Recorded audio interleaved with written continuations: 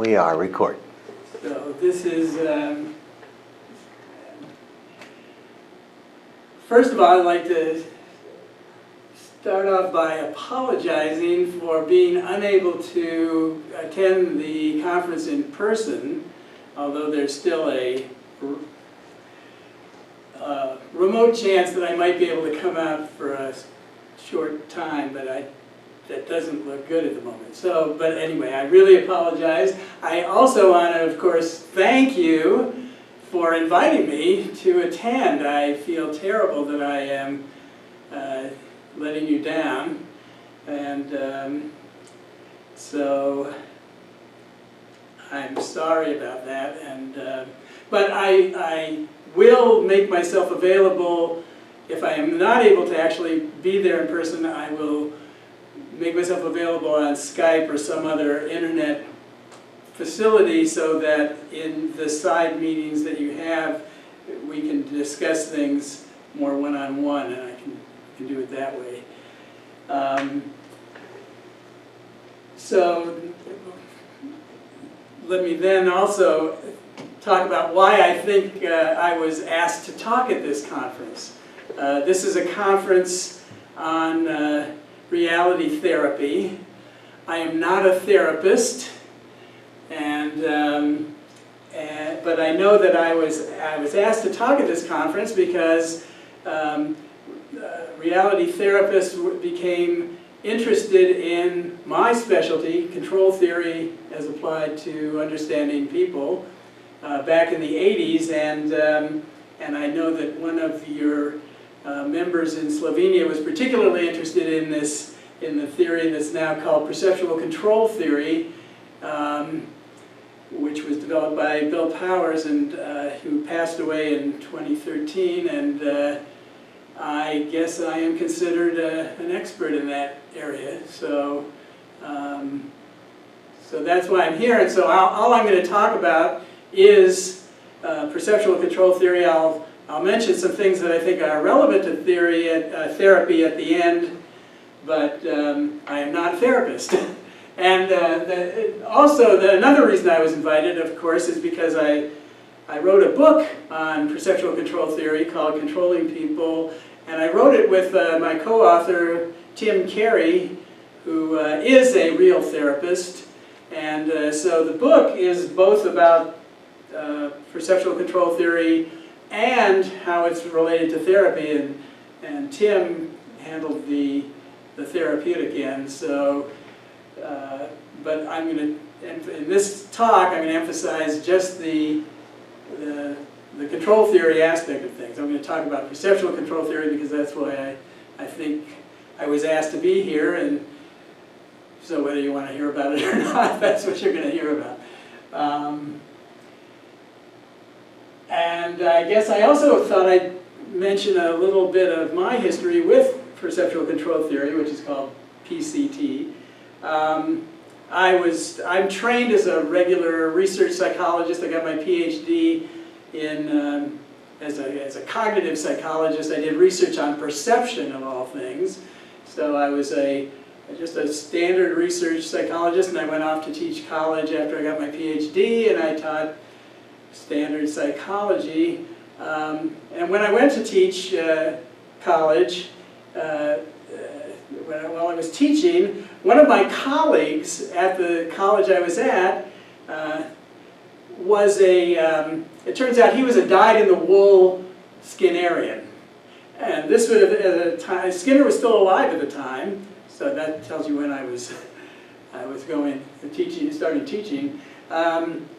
Skinner was very popular at that time. This is in the mid-70s, 1970s, and but anyway, my colleague, who became a very good friend of mine, was a dyed-in-the-wool Skinnerian, and Skinnerians believe that human behavior is controlled by the environment, and that we're all basically puppets being pulled by the strings of what happens to us. I didn't like that idea, and I was the alternative to Skinnerianism at the time was cognitive psychology, which was my field. And somehow I thought that cognitive psychology ruled out environmental determinism of behavior, that people, because everybody wants to think they're free, they have free will, and they are agents of their own world. So anyway, so I got in debates with Norm, my friend, about this issue of whether people could be controlled, because that's what Skinner was arguing. In fact, he wrote a best-selling book at the time called Beyond Freedom and Dignity, which was which basically said, okay, psychology has figured out how people work. They work by being controlled by the environment, so let's stop worrying about whether people have freedom and all that. Let's start controlling them so that they're in good shape. So anyway, so we got in this debate, which was carried on as faculty lectures, alternating faculty lectures and things. And eventually that led me to think that I didn't really have that good of an argument against Skinnerianism. Cognitive psychology had a lot of nice things about it, but it didn't really provide what I thought were adequate tools. So that led me to a book that I saw while I was leaving the library right after I got my PhD, which was Bill Powers' book called Behavior, the Control of Perception, which was the book that described perceptual control theory. And so I eventually got interested and actually obsessed with perceptual control theory, started doing research in it. I went and I made a pilgrimage to Bill Powers' house. I published papers on it, and we became colleagues, and so I worked with Bill. I met Bill in about 1979, and we were working. I was working together with him since then. So that's how I got into perceptual control theory, and have been very deeply involved in it, because not only do I think it's a good theory, well, that's it. I think it's extraordinarily important.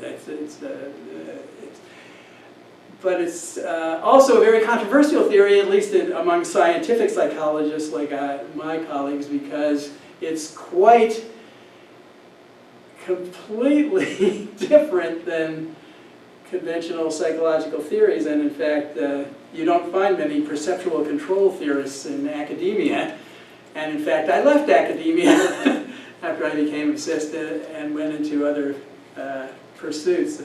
But anyway, so that's me. So anyway, after Bill passed away, I decided to. I have several books that contain collections of my research papers, which are all full of equations and crap and not real readable. So I wanted to write a book that might be something people could read and get a feel for without a lot of math and stuff.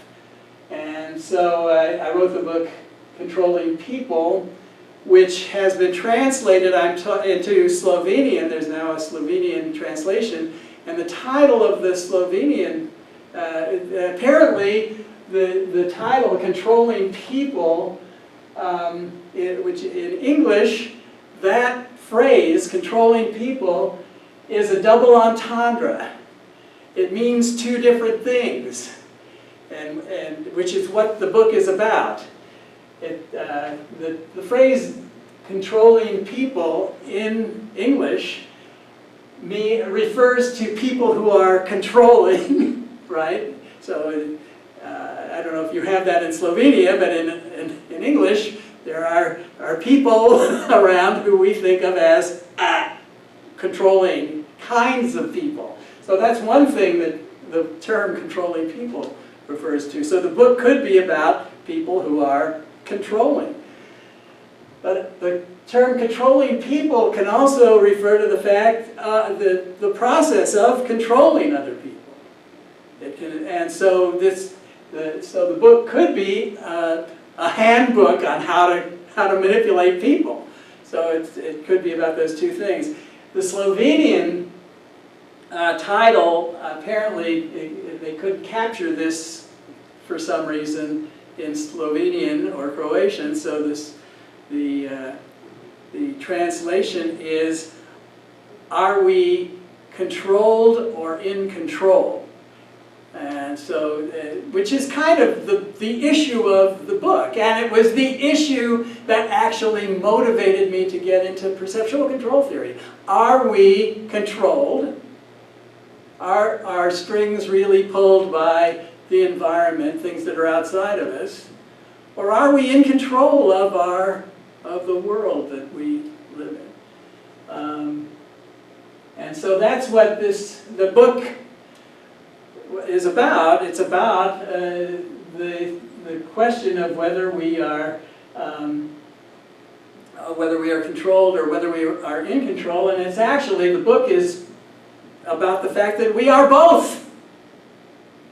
We are both in control and controlled.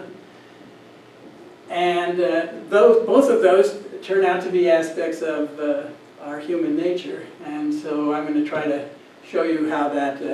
but this creates a paradox. And that's the subtitle of the book. How can we be... In order to be controlled, we have to be controllable. We have to be things that can be controlled. Okay? So how can we be both controllable and in control at the same time? Okay? And that paradox is illustrated by the cover art on the English edition. I think the cover art on your Slovenian edition is a little different. But what this is a segment, then what this shows is, I think this art captures the paradoxical idea of people being both controllable and in control. And so like this figure here is being, this fellow is being controlled by this other person, having his strings controlled, and oops,